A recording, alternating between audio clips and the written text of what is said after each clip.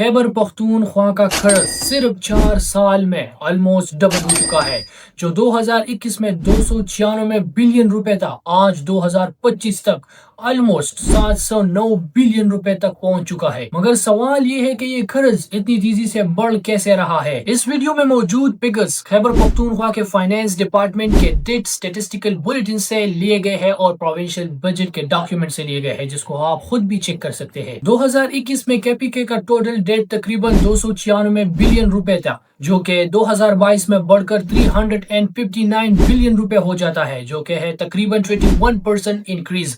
پھر 2023 میں اتنا بڑا جمپ آتا ہے کہ 530 بلین روپے بن جاتا ہے یہ سارا کا سارا ڈیٹ، اور پھر 2024 میں اراؤنڈ 680 بلین روپیز بن جاتا ہے، اور 2024 کے ختم ہوتے ہوتے یعنی 2025 کے سٹارٹ تک یہ قرض اتنا بڑھ جاتا ہے کہ تقریباً 709 بلین روپے بن جاتا ہے۔ تو اصل سوال یہ ہے کہ کے پی کے اتنے سارے پیسے کس سے اور کیوں قرض لے رہا ہے؟ کے پی کا زیادہ تر ڈیٹ انٹرنیشنل ڈیولپمنٹ انسٹیٹیوشن سے آتا ہے، جن میں ورلڈ بینک جیسے IDA Asian development bank ADB موجود ہے، اور کے پی گورنمنٹ کے مطابق ان لونز کا پرپز یوزولی یہی ہوتا ہے کہ ان کو انفراسٹرکچر، انرجی پروجیکٹس، ہیلتھ اور ڈیولپمنٹ پروگرامز میں لگانا ہوتا ہے۔ اس ڈیٹ کے بڑھ جانے کی ایک اہم وجہ روپے کی ڈیپریسیشن بھی ہے۔ جب روپے کی قیمت کم ہوتی ہے، روپے ویک ہوتا ہے، تو یہ قرض چونکہ ڈالرز میں لیا گیا ہے تو الٹیمیٹلی اس کی ویلیو رائز کر جاتی ہے۔ اب آتا ہے سب سے امپورٹنٹ سوال۔ کے پی کے میں پچھلے 10 سال سے ایک ہی پارٹی حکومت کر رہی ہے اور اب ان کا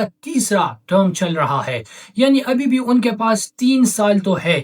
کیا یہ 3 سال میں اس قرض کو سگنیفیکنٹلی کم یا ختم کر سکتے ہیں؟ تو ریئلسٹکلی سپیکنگ، لاجیکلی سپیکنگ یہ پاسبل نہیں ہے، ختم تو نہیں ہو سکتا، سگنیفیکنٹلی کم ہونا بھی مشکل ہے۔ اس لیے اصل ڈیبیٹ یہ ہونا چاہیے کہ کیا یہ بوروئنگ پروڈکٹیو انویسٹمنٹ ہے یا پھر صرف فسکل پریشر۔